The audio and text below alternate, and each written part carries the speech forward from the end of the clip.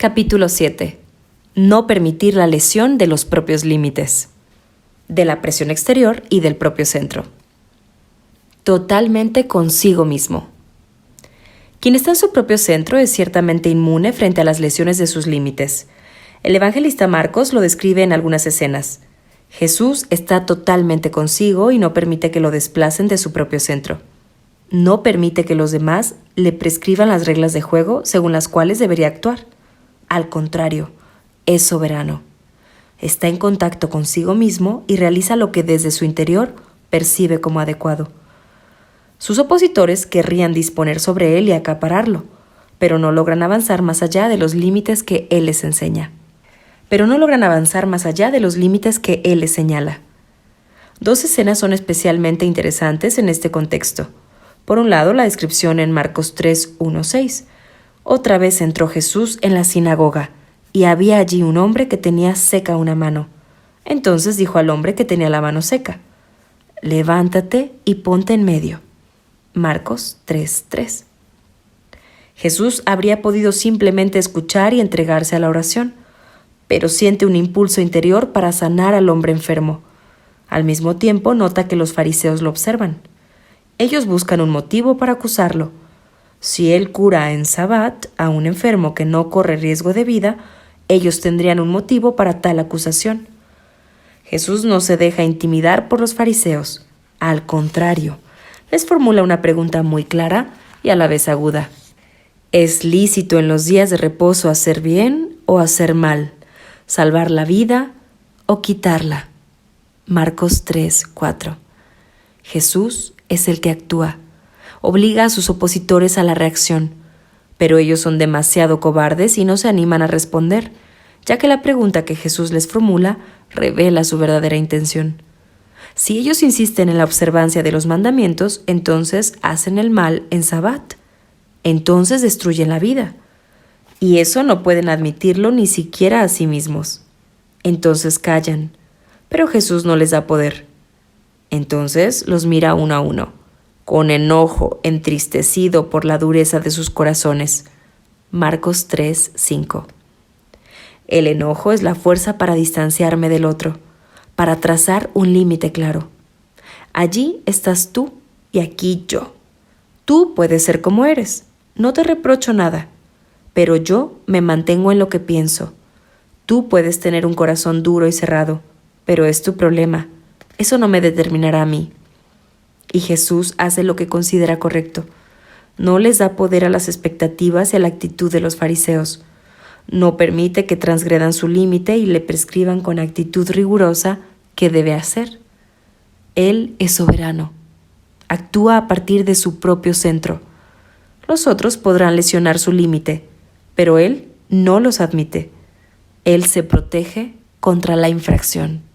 Armonía interior. Muchas veces permitimos que las expectativas y juicios de los demás nos determinen. No nos mantenemos en lo que consideramos correcto. Ni bien la presión de la opinión externa se torna muy grande, abandonamos el propio territorio. Por consideración a las opiniones de nuestro entorno, nos adaptamos a ellas, pero así perdemos nuestro perfil propio. Nos esfumamos. Nos adaptamos y al mismo tiempo perdemos nuestra confianza en nosotros mismos. Si nos hemos adaptado con excesiva frecuencia a las expectativas de los demás, perderemos la percepción de lo que nosotros mismos queremos. Ya no estaremos en contacto con nuestro propio sentimiento. Nos dejamos prescribir desde afuera qué sentir y cómo actuar. Pero esto conduce a un alejamiento de nuestro propio ser. Permitimos que los demás avancen por encima de nuestros límites y determinen nuestro territorio. Es fascinante la claridad y libertad de Jesús. La agresión le posibilita delimitarse claramente de los fariseos y liberarse interiormente de su influjo. Él está en sí mismo y hace lo que desde su interior percibe como correcto. Anhelamos una claridad y una libertad así. Por cierto, la consecuencia de esta claridad le cuesta la vida a Jesús. Pero esta armonía interior es más importante para él que la aclamación de las masas. Otra escena nos muestra cómo Jesús actúa a partir de su libertad interior y que no se encuentra bajo la presión de justificarse. Nosotros mismos tratamos muchas veces de justificarnos cuando decimos que no. Nos exigimos a nosotros mismos una justificación y queremos fundamentar por qué no podemos esto o aquello. Jesús renuncia a tales fundamentaciones. Simplemente hace lo que piensa. Y tampoco permite que lo fuercen en sus palabras. Él mismo toma la iniciativa. En vez de responder a la pregunta del otro, le formula otra pregunta. Siempre que nos sintamos forzados a responder todas las preguntas de los demás, corremos peligro de dejar que nos acorralen. En primer lugar, debemos defendernos y justificarnos. Y de pronto notamos que hemos permitido que el otro traspase el límite. Nos dejamos imponer las reglas de juego. Totalmente distinto de Jesús. Él actúa desde su propio centro y no permite que desde afuera le prescriban qué debe hacer. Tampoco permite que lo arrastren a tener que fundamentar su accionar. Por el contrario, él formula las preguntas que lo acosan a él. De este modo, le señala el límite que no deben transgredir. Actuar soberanamente.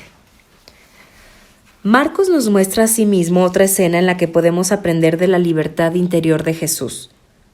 Algunos fariseos y partidarios de Herodes se dirigen a Jesús y quieren atraerlo hacia una trampa.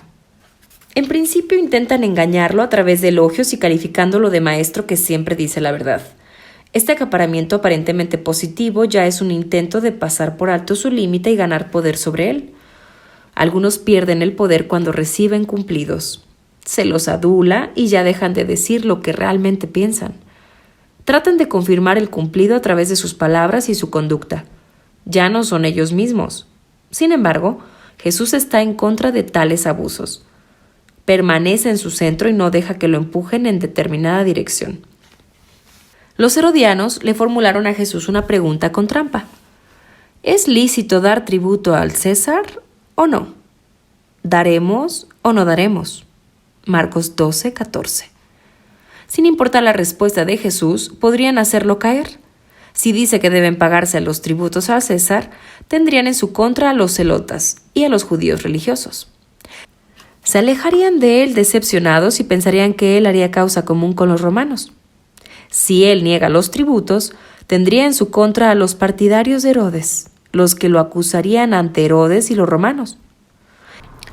El llamado a negarse a pagar tributos era motivo suficiente para arrestar y matar a alguien. Los mismos fariseos no tenían en claro esta pregunta. En realidad estaban contra el tributo, pero al mismo tiempo eran generalmente demasiado cobardes para llevar a la práctica su punto de vista, o sea, que hacían trampa. Jesús no acepta la pregunta, se resiste a ser acorralado por quienes le realizan la pregunta. También aquí toma la iniciativa, ordena a los fariseos: tráiganme un denario para que lo vea. Marcos 12:15. Los fariseos le alcanzan un denario y con ello ya deben reconocer que, en última instancia, reconocen al César. Jesús hace una pausa para respirar y, mientras tanto, considerar su estrategia. No se deja llevar por la hipocresía de los cuestionadores y les pregunta a sus opositores qué imagen y qué inscripción se encuentran en la moneda. Ellos responden: de César. Entonces Jesús dice unas palabras que expresan su libertad interior y hacen enmudecer a los cuestionadores. Den a César lo que es de César, y a Dios lo que es de Dios. Marcos 12:17. Por lo tanto, Jesús no responde la pregunta del tributo. Él solo dice que deben devolver lo que han recibido de César. Se refiere con ello al sistema económico, la construcción de calles, la infraestructura, el sistema monetario. Todo esto le corresponde a César. Ellos solo deben devolver lo que han recibido, pero ellos mismos, su propio ser, lo han recibido de Dios. Esto deben devolvérselo a Dios. Ningún César tiene poder sobre ello. El hombre le pertenece a Dios y no a un poderoso. Frente a esta respuesta, los hombres quedan sin habla. Muchas veces nos sucede que nos acorralan mediante preguntas. Un ejemplo cotidiano.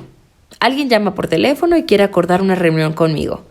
Si respondemos que no hay ninguna fecha libre, no aceptan la negativa, sino que continúan sondeando.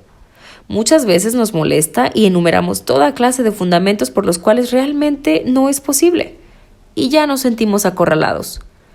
También, en una situación cotidiana de esta naturaleza, Es útil una mirada al ejemplo recientemente mencionado. Jesús no deja que lo acorralen. Él actúa de modo soberano. Dado que habla desde su libertad interior, no se torna agresivo, sino que permanece sereno y claro.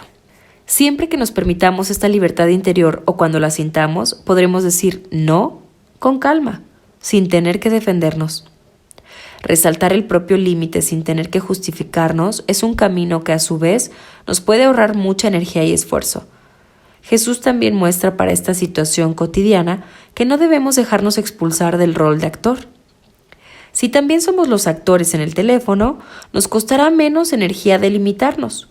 Ni bien tengamos que justificarnos y fundamentar nuestro límite, ya habremos permitido que el interlocutor avance por encima de nuestro límite.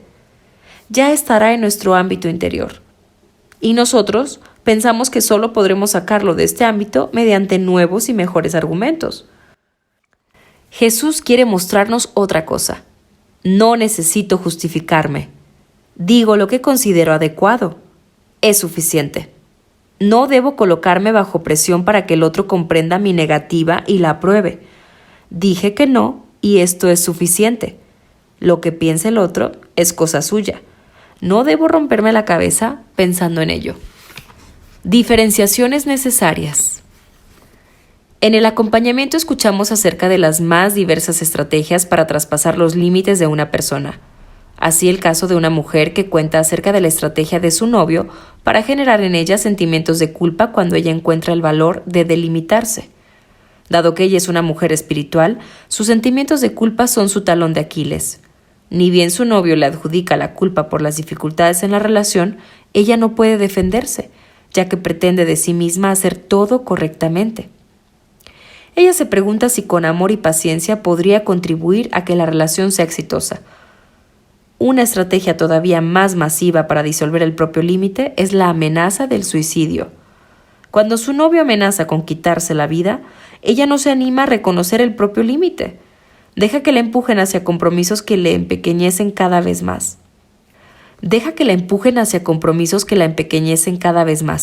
Es decir, cada uno de nosotros tiene un talón de Aquiles. A través de él, el otro puede ingresar en nosotros, y nosotros no podemos defendernos. Para uno, el talón de Aquiles es el miedo frente a las habladurías de la gente. Para el otro, el propio perfeccionismo o la pretensión de no herir a nadie y no exigir nada de otro. Es necesario el don de la diferenciación a fin de reconocer cuál es la verdadera voluntad de Dios y dónde nos dejamos empujar por los otros hacia cosas que diluyen cada vez más nuestros límites y nos empequeñecen y debilitan siempre más. Una mujer, tras interrumpir su terapia, recibía una y otra vez los llamados de su terapeuta.